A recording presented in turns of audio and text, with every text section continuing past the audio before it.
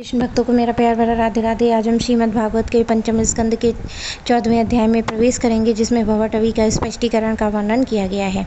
श्री सुखदेव जी कहते हैं, राजन देवमान जीवों के द्वारा सत्वाधिक गुणों के भेद से शुभ अशुभ मिश्र 3 प्रकार के कर्म होते रहते हैं। उन कर्मों के द्वारा निर्मित नाना प्रकार के शरीरों के साथ होने वाला जो संयोग वियोग रूप अनादि संसार जीव को प्राप्त होता है, उसके अनुभव के 6 द्वार हैं। मन और 5 ज्ञानेंद्रियां हैं। उसमें विवश होकर ये जीव समूह मार्ग भूलकर भयंकर वन में भटकते हुए धन के लोभी बंजारों के समान पर समर्थ भगवान विष्णु के आश्रित रहने वाली माया की प्रेरणा से बीहड़ वन में के समान दुर्गम मार्ग में पड़कर संसार वन में पहुंच जाता है।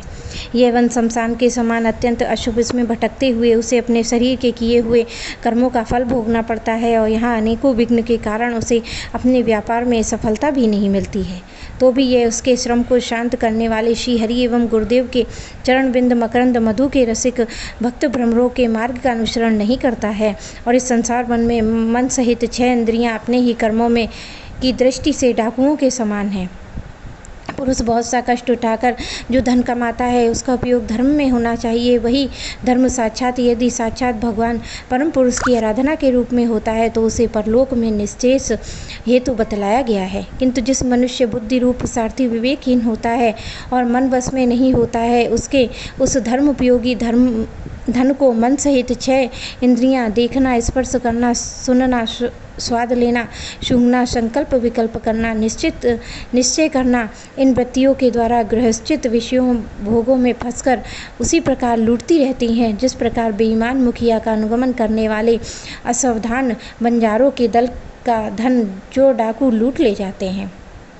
यही नहीं, उस संसार वन में रहने वाले उसके कुटुंबी भी जो नाम से स्त्री पुत्रादि कहे जाते हैं, किंतु कर्म जिन्हें साक्षात भेड़ियों और गीदड़ों के समान होते हैं, उस अर्थलोलोप कुटुंबी के धन को उसकी इच्छा न होने पर भी उसके देखते ही देखते इस प्रकार छीन ले जाते हैं जैसे भेड़ी गड़ड़ियों से सुरक्षित भेड़ों को उठा ले जाते हैं। जिस प्रकार यदि किसी खेत के बीजों को अग्नि द्वारा जला न दिया गया हो तो प्रतिवर्ष जोतने पर भी खेती का समय आने पर वह फिर झाड़ झंकार लता तृण आदि से गहन हो जाता है, उसी प्रकार ये गृहस्थ आश्रम भी कर्म भूमि है। इसमें भी कर्मों का सर्वथा उच्छेद कभी नहीं होता है, क्योंकि यह घर कामनाओं की पिटारी है।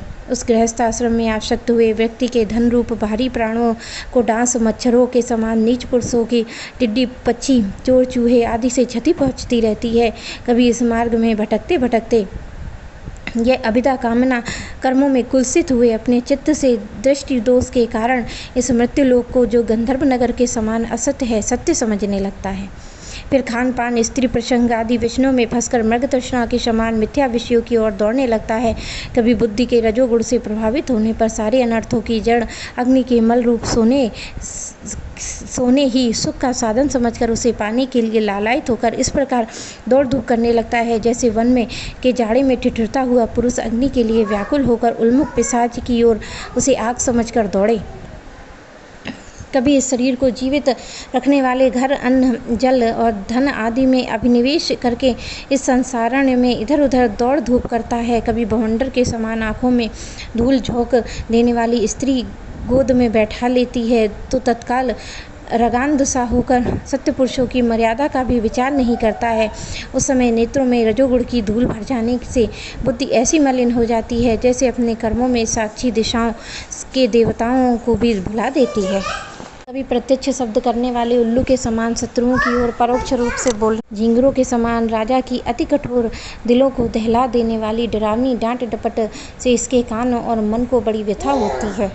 पूरे पुण्य क्षीण हो जाने पर यह जीवित ही मुर्दे के समान हो जाता है, जो कासकर एवं काकटुंड आदि जहरीले फलों वाले पाप वृक्षों को इस प्रकार दूषित लताओं और विषैले कुओं के समान है, जिसका धन इस लोक और परलोक दोनों में ही काम नहीं आता है और जो जीते हुए भी मुर्दे के समान है, उन कृपण पुरुषों का आश्रय लेता है। कभी असत पुरुषों के संग से बुद्धि बिगड़ जाने के कारण सूखी नदी में गिरकर दुखी होने के समान इस लोक और परलोक में दुख देने वाले पाखंड में फंस जाता है। तब दूसरों के सताने से उसे अन्न भी नहीं मिलता है, तब वह अपने सगे पिता पुत्रों को अथवा पिता या पुत्र आदि एवं तिनका भी जिनके पास देखता है उनको फाड़ खाने के लिए तैयार हो जाता है। कभी दावानल के समान प्रिय विषयों से शून्य परिणाम में दुख में घर में पहुंचता है तो वहाँ इष्टजनों के वियोगादि से उसके शोक की आग भड़क उठती है और उनसे संतप्त होकर वह बहुत खिन्न होने लगता है। गृहस्थ आश्रम के लिए जिस कर्म विधि से महान विस्तार किया गया है उसका अनुष्ठान किसी पर्वत की कड़ी चढ़ाई के समान ही है। लोगों को उस पर्वत देखकर उनकी देखा देखी जब यह भी उसे पूरा करने का प्रयत्न करता है तब तरह तरह की कठिनाइयों से क्लेशित होकर कांटे और कंकड़ों से भरी भूमि में पहुँचे हुए व्यक्ति के समान दुखी हो जाता है। कभी पेट की अशम्य ज्वाला से अधीर होकर अपने कुटुंब पर ही बिगड़ने लगता है।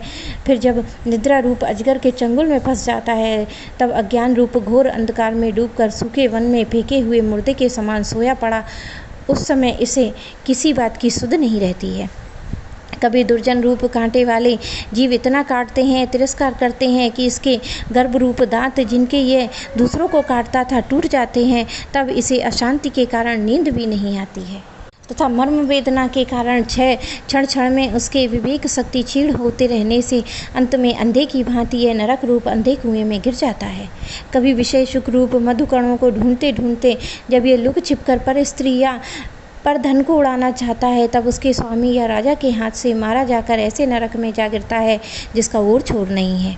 इसी से तो ऐसा कहते हैं कि प्रवृत्ति मार्ग में रहकर किए हुए लौकिक और वैदिक दोनों ही प्रकार के कर्म जीवों को संसार की प्राप्ति कराने वाले हैं। यदि किसी प्रकार राजा आदि के बंधन से छूट भी गया तो अन्याय से अपहरण किए हुए उस स्त्री और धन देवत्य नाम का कोई दूसरा व्यक्ति छीन लेता है और उससे विष्णु मित्र नाम का कोई तीसरा व्यक्ति झटक लेता है। इस प्रकार वे भोग एक पुरुष से दूसरे पुरुष के पास जाते रहते हैं, एक स्थान पर नहीं ठहरते हैं। कभी परस्पर लेन देन का व्यवहार करते समय किसी दूसरे को थोड़ा सा भी दमड़ी भर अथवा इससे भी कम धन चुरा लेता है तो इस बेईमानी के कारण उसे वैर ठानना पड़ता है। राजन, इस मार्ग में पूर्वोक्त विघ्नों के अतिरिक्त सुख दुख राग द्वेष भय अभिमान प्रमाद उन्माद शोक मोह लोभ मात्सर्य ईर्ष्या अपमान क्षुधा पिपासा आदि व्याधि जन्म जरा मृत्यु आदि और भी अनेकों विघ्न हैं। इस विघ्न बहुल मार्ग में इस प्रकार भटकता हुआ यह जीव किसी समय देव माया रूपणी स्त्री के बहुपास में पड़कर विवेकहीन हो जाता है और उसी के लिए विराह भवन आदि बनवाने के लिए चिंता में ग्रस्त रहता है तथा उसी के आश्रित रहने वाले पुत्र पुत्री अन्य स्त्रियों के मीठे मीठे बोल चितवन चेष्टाओं में आसक्त होकर उन्हीं के चित्त में फंस जाने के कारण इंद्रियों का दास अपार अंधकार में नरकों में गिर जाता है। काल चक्र साक्षात विष्णु भगवान का आयुध है। वह परमाणु से लेकर दृढ़ पर्याद पर्यंत क्षण घटी आदि अवयवों से युक्त है। वह निरंतर सावधान रहकर घूमता रहता है। उसके द्वारा वह ब्रह्मा से लेकर क्षुद्र तर पर्यंत सभी भूतों का निरंतर संहार करता रहता है। कोई भी उसकी गति में बाधा नहीं डाल सकता है। उससे भय मानकर भी जिनका यह कालचक्र निध आयुध है उन साक्षात भगवान यज्ञ पुरुष की आराधना छोड़कर यह मंदमती मनुष्य पाखंडियों के चक्कर में पड़कर उनके कंक गिद्ध बगुला बटेर के समान आर्य शास्त्र बहिष्कृत देवताओं का आश्रय ले लेता है, जिनका केवल वेद ब्रह्म अप्रामाणिक आगमनों में ही उल्लेख किया गया है। ये पाखंडी तो स्वयं ही धोखे में है। जब ये उनकी ठगाई में आकर दुखी होता है तब ब्राह्मण की शरण लेता है, किंतु उपनयन संस्कार के अनंतर स्रोत स्मार्तक कर्मों से भगवान यज्ञ पुरुष की आराधना करना आदि जो उनका शास्त्रोक्त आचार है वह इसे अच्छा नहीं लगता है। इसलिए वेदोक्त आचार के अनुकूल अपने में ही शुद्धि न होने के कारण यह कर्म शून्य शूद्र कुल में प्रवेश करता है, जिसका स्वभाव वानरों के समान केवल कुटुंब पोषण और स्त्री सेवन करना ही है। वहाँ बिना रोक टोक स्वच्छंद विहार करने से इसकी बुद्धि अत्यंत दीन हो जाती है और एक दूसरे का मुख देखना आदि विषयों को भोगों में फंसकर इसे अपने मृत्यु काल का स्मरण भी नहीं रहता है। इस संसार मार्ग में चलने वाला यह जीव अनेकों प्रकार के क्लेश विघ्न बाधाओं से बाधित होने पर मार्ग जिस पर जहाँ आपत्ति आती है अथवा कोई मर जाता है उसे जहाँ तहाँ छोड़ देता है तथा नए जन्म में हुए मोह के साथ लगता है और कभी किसी के लिए शोक करता हुआ किसी का दुख देखकर मूर्छित हो जाता है तो किसी के वियोग होने की आशंका से भयभीत होता है। कभी किसी से झगड़ने लगता है, कोई आपत्ति आती है तो रोने चिल्लाने लगता है, कोई मन के अनुकूल बात ना हो तो प्रसन्नता के मारे फूला नहीं समाता है, कभी गाने लगता है तो कभी उन्हीं के लिए बंधन में भी नहीं हिचकता। साधुजन इसके पास कभी नहीं आते हैं, यह साधु संग से सदा वंचित रहता है। इस प्रकार यह निरंतर आगे ही बढ़ रहा है। जहाँ इसकी यात्रा आरंभ हुई है, जिसे इस मार्ग की अंतिम अवधि कहते हैं, उस परमात्मा के पास ये अभी तक नहीं लौटा है। परमात्मा तो योग शास्त्र की भी गति नहीं है। जिन्होंने सब प्रकार के दंड का त्याग कर दिया है, वे निर्वृत्ति परायण संत्यत्य आत्मा मुनिजन ही उसे प्राप्त कर पाते हैं। अपने पुण्य कर्म लता का आश्रय लेकर यदि किसी प्रकार यह जीव इन आपत्तियों से अथवा नरक से छुटकारा पा भी जाता है, तो फिर इस संसार मार्ग में भटकता हुआ इस जन समुदाय में मिल जाता है। यही दशा स्वर्ग आदि ऊर्ध्व लोकों में जानने वालों की भी है। राजन, राज ऋषि भरत के विषय में पंडित जन ऐसा कहते हैं, जैसे गरुण जी की होड़ कोई मक्खी नहीं कर सकती है, उसी प्रकार राज ऋषि महात्मा भरत के मार्ग में कोई अन्य राजा मन से भी अनुसरण नहीं कर सकता है। उन्होंने पुण्य कीर्ति श्री हरि में अनुरक्त होकर अति मनोरम स्त्री पुत्र मित्र और राज्यादि युवावस्था में ही विष्ठा के समान त्याग दिया, और दूसरों के लिए इन्हें त्यागना बहुत कठिन है।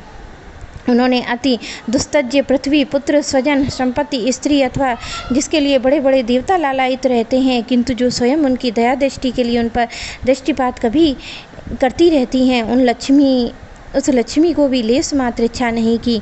यह सब उनके लिए उचित था, क्योंकि जिन महान भावों का चित्त महान भगवान मधुसूदन की सेवा में अनुरक्त हो गया है, उनकी दृष्टि में मोक्ष पद भी तुच्छ है।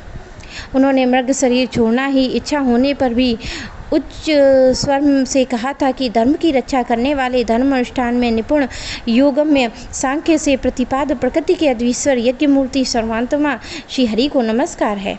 राजन, राज ऋषि भरत के पवित्र गुण कर्मों की भक्तजन भी प्रशंसा करते हैं। उनका यह चरित्र बड़ा कल्याणकारी, आयु और धन की वृद्धि कराने वाला, लोक में सुयश बढ़ाने वाला, अंत में स्वर्ग और मोक्ष की प्राप्ति कराने वाला है।